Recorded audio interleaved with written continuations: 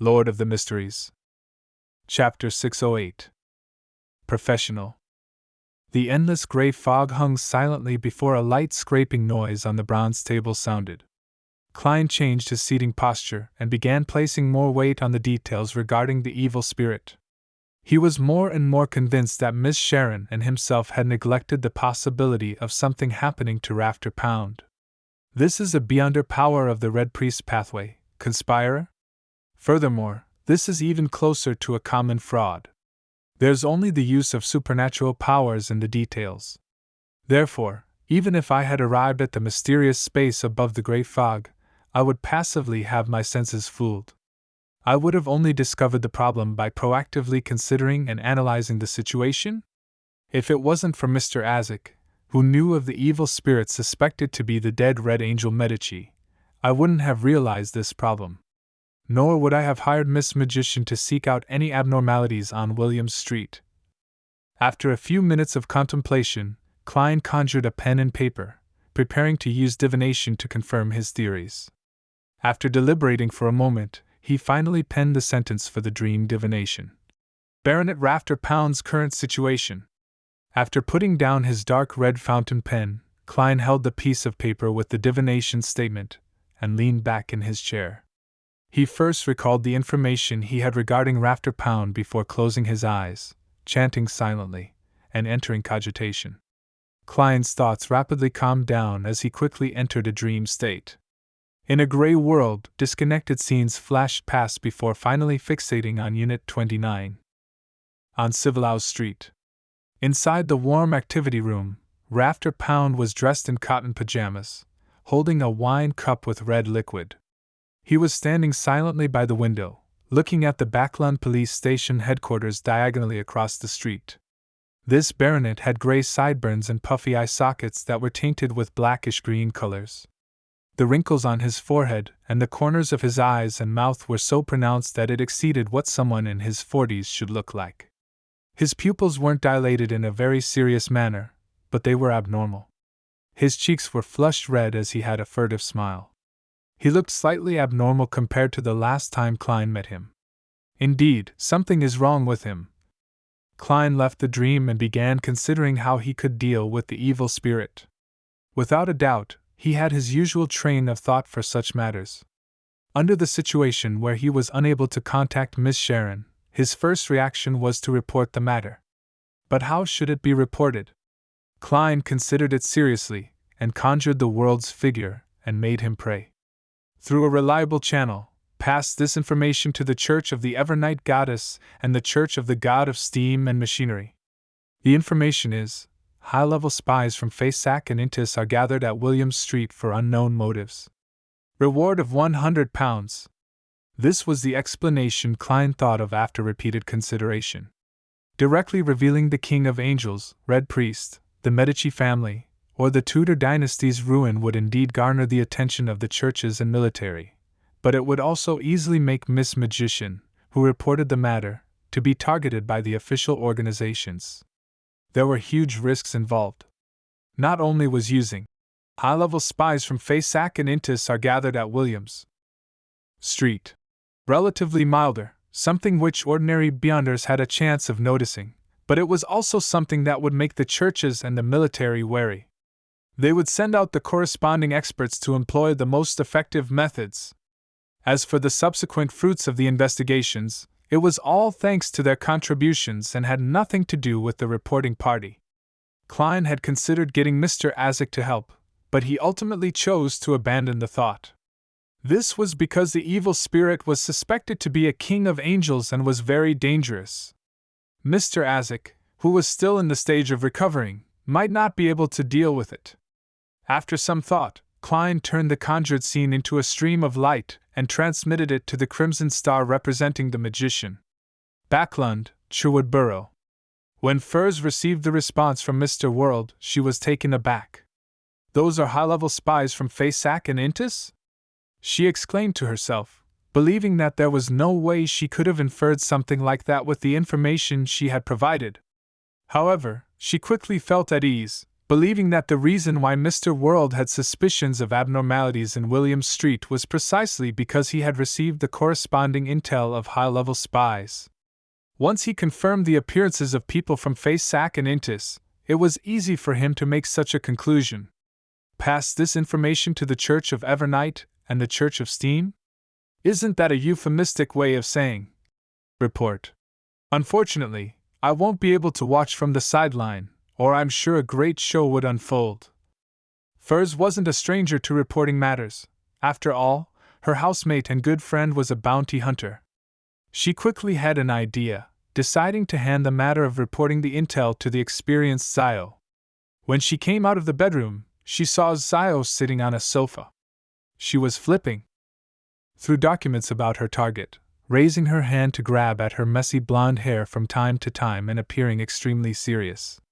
Furs casually picked up an item to embellish her motives and came over to the sofa. She handed over the item. Here, have a piece of cake. Zio glanced at the cake slathered with a layer of cream. Without losing focus, she raised her hand to grab it. At this moment, Furs flipped her wrist, and the cake in her palm had turned into a golden decorative flower. Surprised? She asked with a smile. Zio couldn't help but roll her eyes. Stop your performance. I prefer food. All right. I have a matter for you to do. 70 pounds?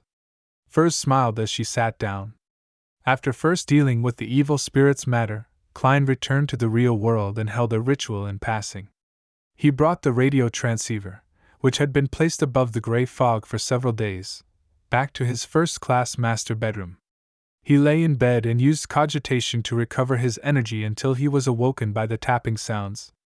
When Klein opened his eyes, the crimson moonlight had already shone in, blanketing the dim room like a veil, as well as the radio transceiver which was automatically spewing out illusory white paper. This really feels like a horror film.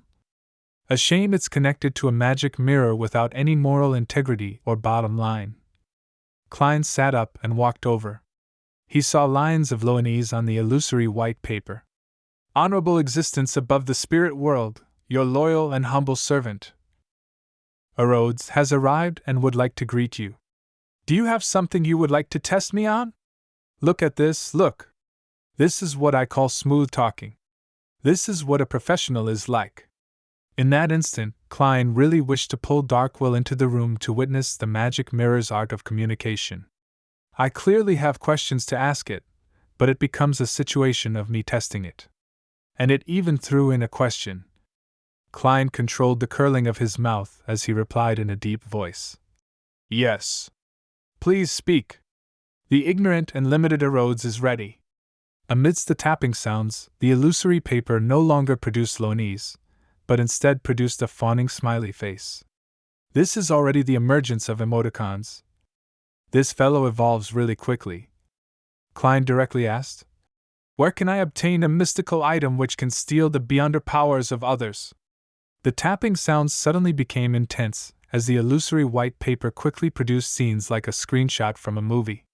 There were places which Klein was familiar with, such as Tingen City's St. Selena Cathedral's Cheney's Gate, the black-haired, green-eyed, handsome poet, Leonard Mitchell, a middle-aged man who sat on a sofa smiling at the noble ladies opposite him, and a young arrogant lady who was loitering in the sewers.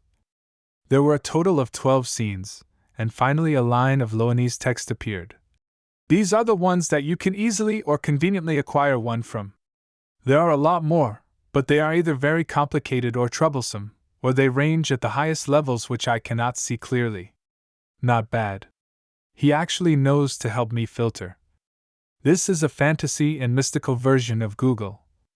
Klein gently nodded and said, despite knowing the answer, It's your turn to ask.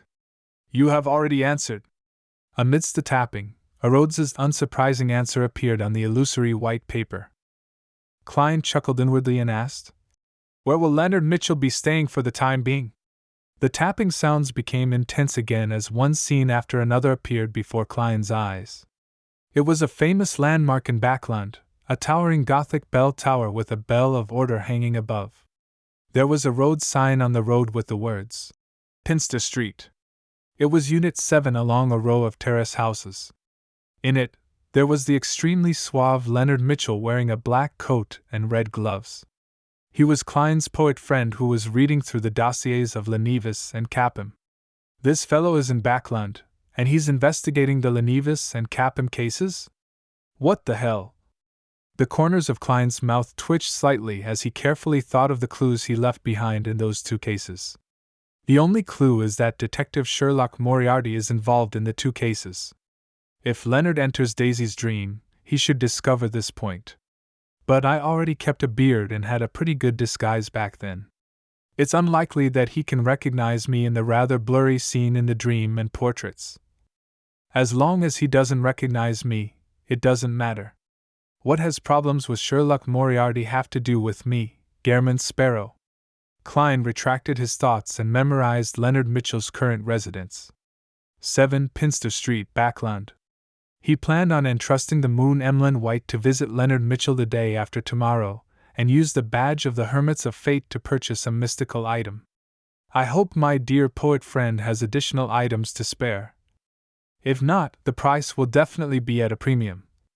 Klein tersely answered and said to the radio transceiver, "It's your turn to ask." He was honestly curious as to what Rhodes would ask this time. Amidst the clacking sounds, the radio transceiver spewed out new illusory paper. On it was a question composed in Loanese.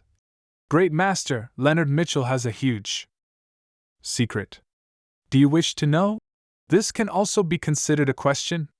Klein raised his head in amusement and surprise as he looked at the crimson moon which was silently illuminating the dark sea. Soon, he honestly gave an answer. "Yes.